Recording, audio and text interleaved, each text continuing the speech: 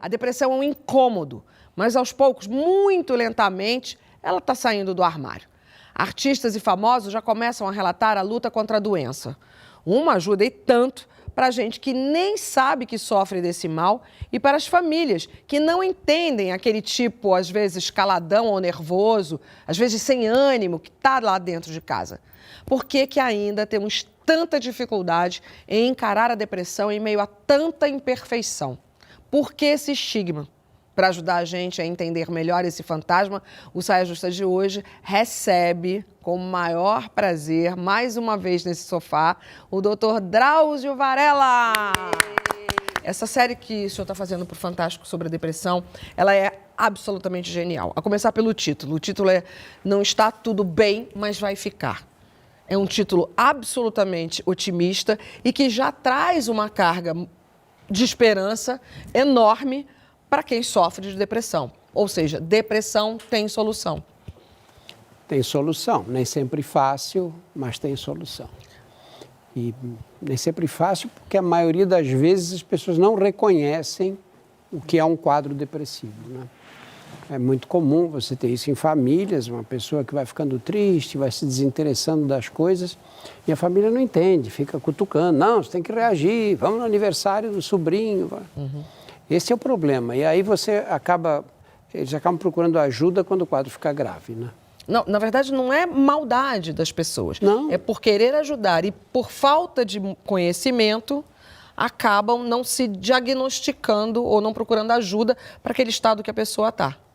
Eu acho que são tem dois lados dessa questão, Astrid. Primeiro, a gente gosta de estar perto de pessoas alegres, né? Uhum. Pessoas alegres, para cima, otimistas, né? Que contem piadas, que a gente dê risada perto deles. A gente tem prazer de estar do lado de gente assim. É mais fácil. Mais fácil, né? Quando você convive com alguém que, ao contrário, tem uma visão pessimista, tudo que vê do pior lado possível, que não tem ânimo para fazer as coisas, que vai se fechando dentro de si mesmo, vai se afastando dos outros, incomoda a gente. Incomoda. Pô, ele está sempre assim, está sempre triste, está sempre chateado. E as pessoas se afastam. E aí acabam deixando aquele que está deprimido, ou que está entrando num quadro depressivo mais solitário, o que agrava a depressão.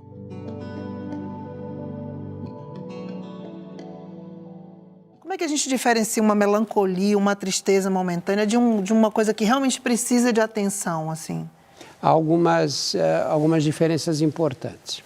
Todos nós ficamos tristes em determinadas fases da vida, perdemos uma pessoa querida, ou a vida está complicada, ou aconteceu uma coisa muito desagradável.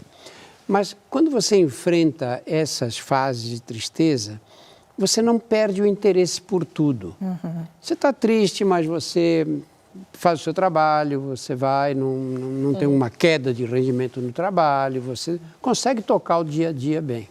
No caso da depressão, você está triste, mas a tristeza é profunda mesmo, ela te atinge assim no fundo da alma. Ela imobiliza, né? Imobiliza, você não consegue ver nada de bom, você olha tudo que está acontecendo na sua vida, embora possa estar tudo perfeito, você não consegue ver um lado bom. E surgem sintomas aí, que são de cansaço, alterações do sono, alterações de apetite, às vezes a pessoa perde a fome, outros comem demais, uns dormem pouco, acordam no meio da noite, não conseguem mais dormir, outros têm hipersônia, né? Dormem e ficam até... É um conjunto São vários sintomas, então vários não existe só um sintoma só, porque geralmente a gente tem uma ideia de que é só a tristeza, né? Como você começou falando, é tão difícil reconhecer um quadro de depressão, e principalmente quando vem de uma pessoa até que tem muita vitalidade. E quando essa pessoa começa a ficar triste, você fala, não, isso não é depressão, ela está triste, está passando por um momento triste. Existe um tempo, tipo assim, 2 semanas de muita tristeza, isso seria uma pergunta. E a outra seria o seguinte, existem vários tipos de depressão, os sintomas são muitos, como você falou, né? Olha, você tem, em geral, os critérios que os psiquiatras usam é esse, 2 semanas. Quer dizer, um quadro de tristeza profunda que dura mais de 2 semanas tem risco de ser um quadro depressivo. Mas esse é um critério que é estabelecido pelo psiquiatra ou enfim, por quem está atendendo a pessoa. A dificuldade nos quadros psiquiátricos, eu como não sou psiquiatra, enxergo, é o seguinte, você vem com um problema renal. E aí eu olho, febre alta, faz um exame de urina, você identifica uma bactéria lá, fala, olha, isso aqui é uma pielonefrite. Você tem um critério diagnóstico. Se você for a 10 médicos que fizerem a mesma coisa, os 10 vão encontrar, vão comprovar que você tem essa pielonefrite. Tem um protocolo ali que chega naquela conclusão. Lógico. Na psiquiatria não é assim. Na psiquiatria, o diagnóstico primeiro, em geral, não pode ser comprovado. Não é comprovado por exames laboratoriais, por nada. Depende da interpretação do outro. Nossa, super no caso, o subjetivo. médico, né? Ou psicólogo. Depende da interpretação do outro. É o outro que vai dizer se aquele quadro é uma depressão. Então, o critério varia muito. Você pode estabelecer um critério mais rígido, pode ter um critério mais elástico. As pessoas dizem... mas isso hoje todo mundo tem depressão e no passado ninguém tinha. Acho que nós sempre fomos muito deprimidos. Ou tinha, não. lógico. Só que ninguém falava. Sempre tivemos, né? Pode ser que o mundo que nós vivemos hoje, não tá pelas legal mesmo, Mas é uma características... doença estigmatizada, porque é uma Muito. doença... E o fato de ser uma doença estigmatizada, as pessoas não procuram tratamento por isso? Isso dificulta? Exatamente. Porque, na verdade, o que é? É um transtorno mental. Não é uma coisa que você tenha um substrato orgânico, mensurável, diagnosticável. Mas, muito embora, eu vi na série, existem algumas substâncias Lógico. que são afetadas, que podem afetar e levar para o quadro de depressão. Pois é, mas dopamina. Esse é o problema todo, porque, na verdade, existe uma série de alterações, porque como é que se comunicam os neurônios no cérebro? Né? São até 1 bilhão de neurônios. E eles se comunicam uns tocando os outros, né? Que são as sinapses, né? Quando os pontos que um encosta no outro. E a informação que sai de um, passa por essa sinapse e vai para o outro. Nessa sinapse há uma série de substâncias químicas. A gente chama de neurotransmissores.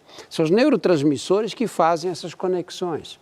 Se você tem uma alteração química qualquer, que acontece e a gente não sabe por quê, que esses neurotransmissores deixam de fazer essa transmissão adequadamente, aí você perde o controle. E não há exame clínico Nenhum. tipo, que meça essas Nenhum. substâncias. Eu li Nada. uma frase pensando sobre essa coisa de depressão e nessa dificuldade de identificar, né? Tem uma frase do livro do Andrew Salomon, né? Do Demônio do Meio-Dia, que ele fala assim, a depressão não é a ausência de felicidade, é a ausência de vitalidade. Então, talvez, né, se a gente pensar por esse lado, é uma coisa mais de observação mesmo do ser humano do que de análise clínica, né? Um quadro. A pessoa perde a disposição, sabe? Ela se sente cansada.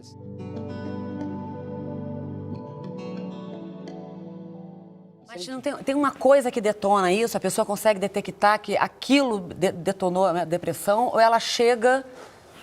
É consequência de um acúmulo de coisas que aconteceram na vida da pessoa. Eu fico pensando nisso. Será que a gente consegue detectar? Acho que deve ter O gatilho. gatilhos, né? O gatilho. Acho que deve ter, né? Uns gatilhos. Olha, nem sempre tem. Nem sempre, ai que medo. Nem sempre tem. Às vezes você tem uma pessoa de meia idade, tudo bem com os filhos. Esse caso hoje do cabeleireiro. Meia idade, com dinheiro, filhos, um bom casamento e no fundo do poço. No fundo do poço. Olha, mulher na menopausa, típico, né? Mulher entra na menopausa, vai chegando àquela fase, começa a ter aqueles calores, se sentir meio inadequado. Mas esses seriam os tipos que estão ali dentro de um grupo que a gente possa imaginar. A depressão pós-parto, essa menopausa que não é fácil da gente passar por cima, superar, atravessar ela, a adolescência. São os desequilíbrios químicos, né? Naturais, hormonais, talvez. Esses momentos seriam os mais fáceis da gente, hoje em dia, detectar um quadro de depressão. Sim, mas pode acontecer pois completamente pode acontecer fora com do esses caso. Existe carga genética? Tipo, teve na família... Existe. Existe. Calma aí, esses transtornos, começa. Todos esses transtornos psiquiátricos, você tem uma incidência maior em certas famílias. E se você tem mãe com depressão, pai com depressão, em vários casos, tem que ficar esperto, né? Ficar esperto e tentar fazer coisas que evitem entrar nesses quadros. A saber, você tem que evitar álcool, por exemplo. Porque o álcool tem um efeito euforizante. Para quem tem essa tendência à depressão, é uma maravilha, né? Sim. Muitos casos de alcoolismo, as pessoas chegaram ao alcoolismo por causa da depressão. Aí você bebe e fica eufórico. Só que eu quero ficar depois assim, aí vai ficar bebendo. Depois vem a ressaca e você vai lá para baixo. E aí bebe de novo, né? Ou cheira a cocaína, né? Aí fica o rei da festa, né? Só que depois vem a tragédia. O que mais se pode fazer? Atividade física é fundamental. Atividade física, eu insisto sempre nisso, parece que é uma panaceia, né? E realmente é uma panaceia moderna. Você, na medida que faz exercícios mais vigorosos, os músculos se contraem. Hoje, a demonstração clara de pequenas moléculas que são produzidas, são libertadas na contração muscular, que agem no cérebro. Eu acredito nisso completamente, eu sinto isso. Por isso que você faz exercício e na hora que você acaba, porque enquanto a gente faz é sempre ruim, Muita gente fala, bem-estar. A endorfina, quando pega, todo mundo fala pra mim, vai que uma hora vai bater.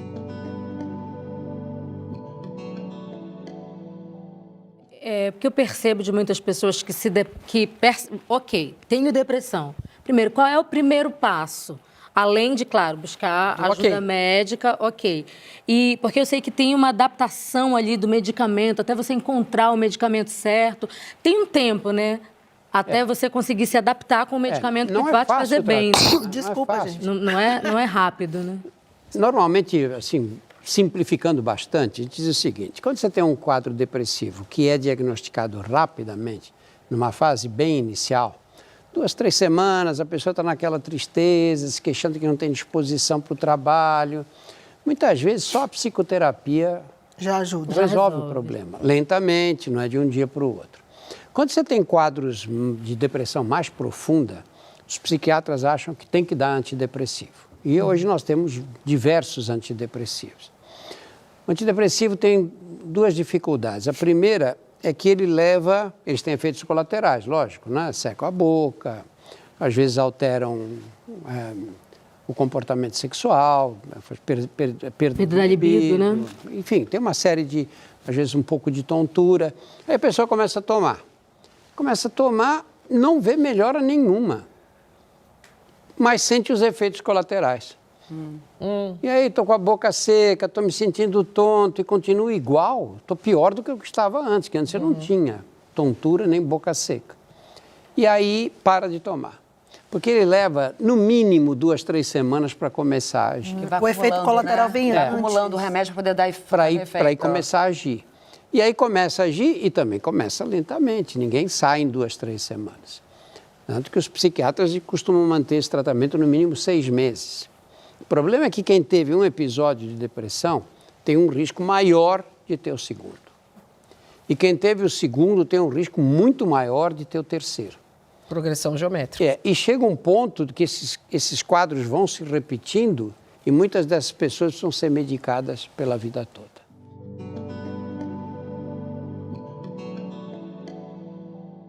Porque tem um estereótipo da pessoa depressiva, né? A gente sempre acha que é alguém que é triste, que gosta de ficar isolado, mas muitas das vezes é uma pessoa que é muito feliz, que é muito alegre, é uma pessoa que é muito colorida, uma pessoa que está sempre falando de coisas boas, mas que pode estar passando por algo que ninguém imagina. Eu imagino que deve ser muito difícil também, porque fica ali um lugar de você sempre ter que ser feliz.